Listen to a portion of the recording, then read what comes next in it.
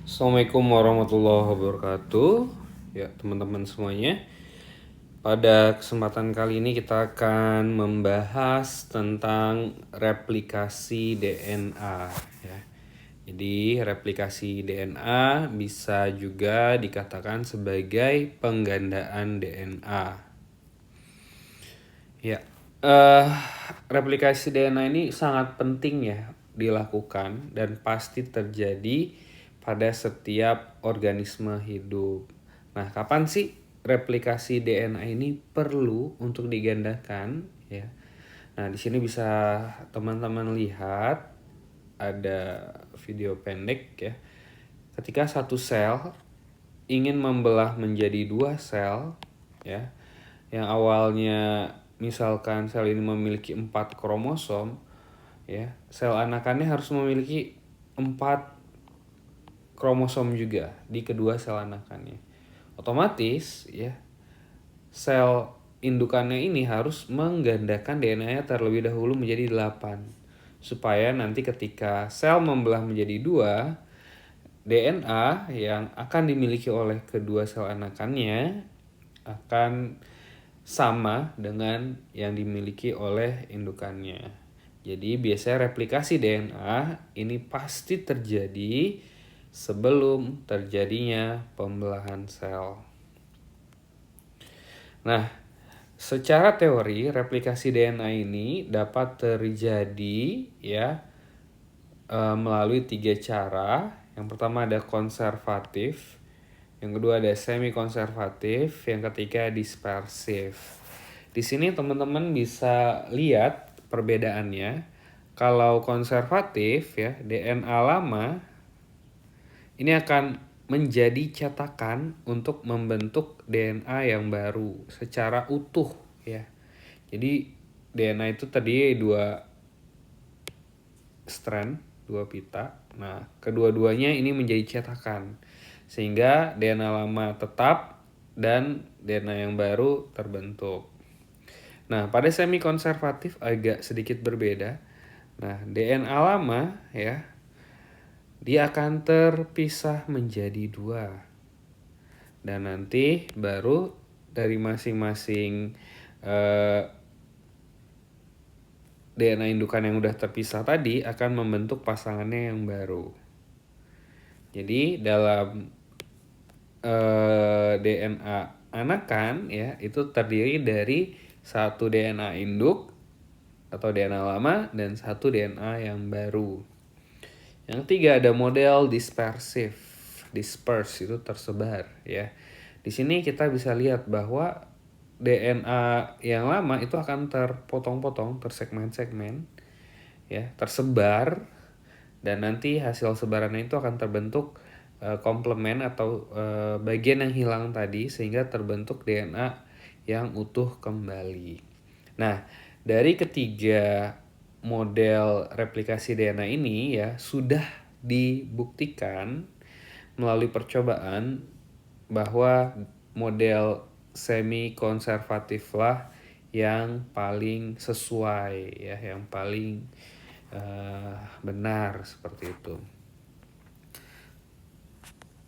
Nah, bagaimana replikasi DNA itu terjadi ya, model semi konservatif.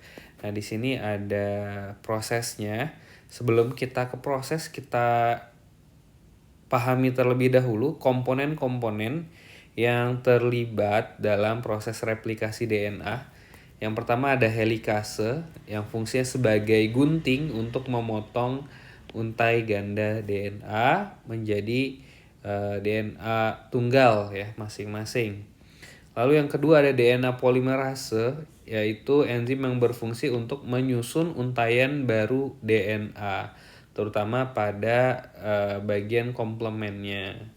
Dan berikutnya ada primase, itu adalah enzim yang berfungsi untuk membuat primer.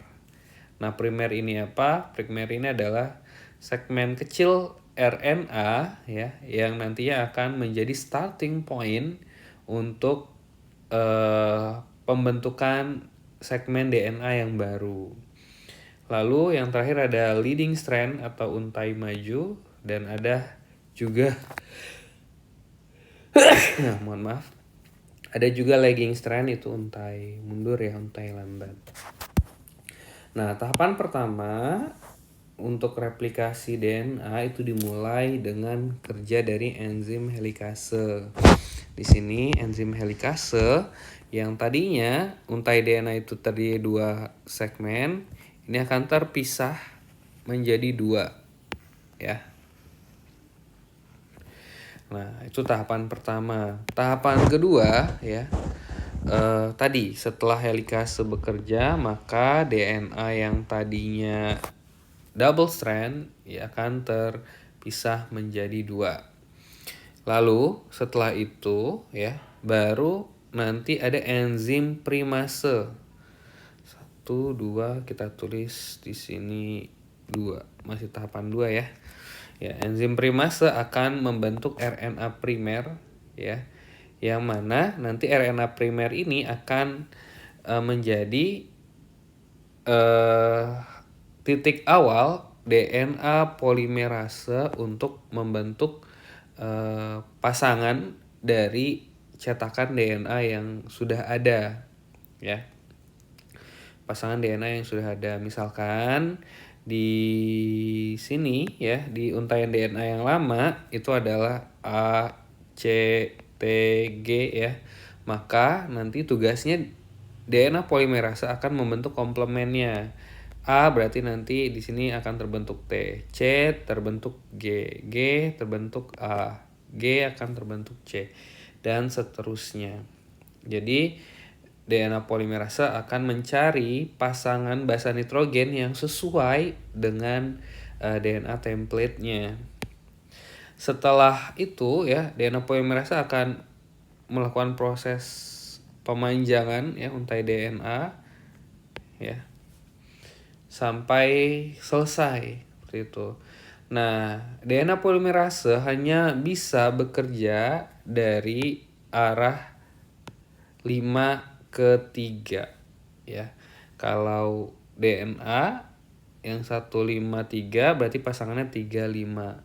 Nah, kalau yang 53 ini akan menjadi cetakan bagi leading strand ya.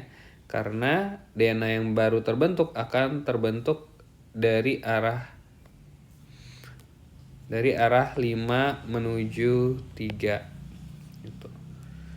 Nah, sedangkan yang di bawahnya yang cetakan 35 ya, 53-nya itu dari arah yang helikase baru membuka. Jadi dia tidak bisa menunggu sampai helikase membuka keseluruhan, maka pada lagging strand ya, pada lagging strand itu DNA polimerase akan bekerja secara dicicil-cicil ya. Misalkan di sini baru terbentuk yang lebih awal, nah DNA polimerase akan mengerjakannya. Nah, nanti yang di sini baru terbentuk dia akan mengerjakan lagi. Nah, nanti misalnya nih ada yang baru terbentuk lagi akan dibentuk primer dan DNA polimerase akan mengerjakan lagi di bagian situ dan seterusnya. Nah, kalau sudah nanti primer ini akan dibuang ya melalui atau dengan bantuan enzim eksonuclease dan akan digantikan dengan basa nitrogen dari DNA ya, karena RNA itu ada urasilnya. Nah, akan digantikan dengan basa nitrogen dari DNA. Setelah itu selesai, maka nanti DNA yang akan selesai dikerjakan itu akan dikuatkan kembali, akan ditempelkan kembali dengan enzim DNA ligase. Ya.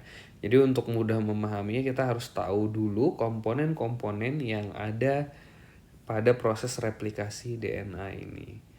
Setelah selesai, maka terbentuklah 2 untai DNA yang baru. Nah, proses replikasi DNA ini sudah bisa dilakukan secara in vitro atau dalam buatan ya.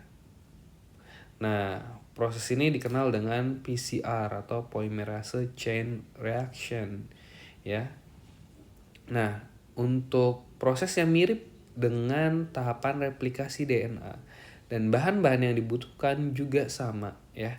Di sini kita bisa lihat bahan yang dibutuhkan adalah yang pertama ortopantis adalah DNA sampelnya, lalu primer, lalu ada nukleotida atau nanti biasa disebut dengan DNTPS, lalu ada enzim polimerasenya. Nah, nanti dia akan melalui 3 tahapan, ada denaturating ya. Di sini DNA sampel akan dipanaskan ya pada suhu hampir 95 derajat Celcius yang nantinya akan menyebabkan double strand DNA akan terpisah. Ya, akan terpisah. Lalu setelah itu akan diturunkan sedikit suhunya ya. Ini adalah proses annealing dan pada tahapan ini nanti primer akan dimasukkan dan akan menempel pada DNA template ya. Nah, setelah itu baru di tahap extension ya dinaikkan lagi suhunya ke 72 derajat Celcius. Nah, di sini DNA polimerase akan bekerja untuk membentuk komplement dari DNA cetakan. Proses ini akan bisa diulang berkali-kali sehingga diperoleh DNA dengan jumlah yang kita inginkan. Jadi biasanya PCR ini dilakukan untuk memperbanyak sampel DNA yang kita punya ya. Biasanya DNA itu kan terbatas jumlahnya. Nah, untuk memastikan jumlahnya cukup, tidak kurang, tidak hilang, maka perlu dilakukan PCR ini. Ya, mungkin itu untuk pembahasan tentang replikasi DNA. Pada kesempatan berikutnya kita akan bahas tentang pembelahan sel. Sekian penjelasannya, kurang lebihnya mohon maaf. Assalamualaikum warahmatullahi wabarakatuh.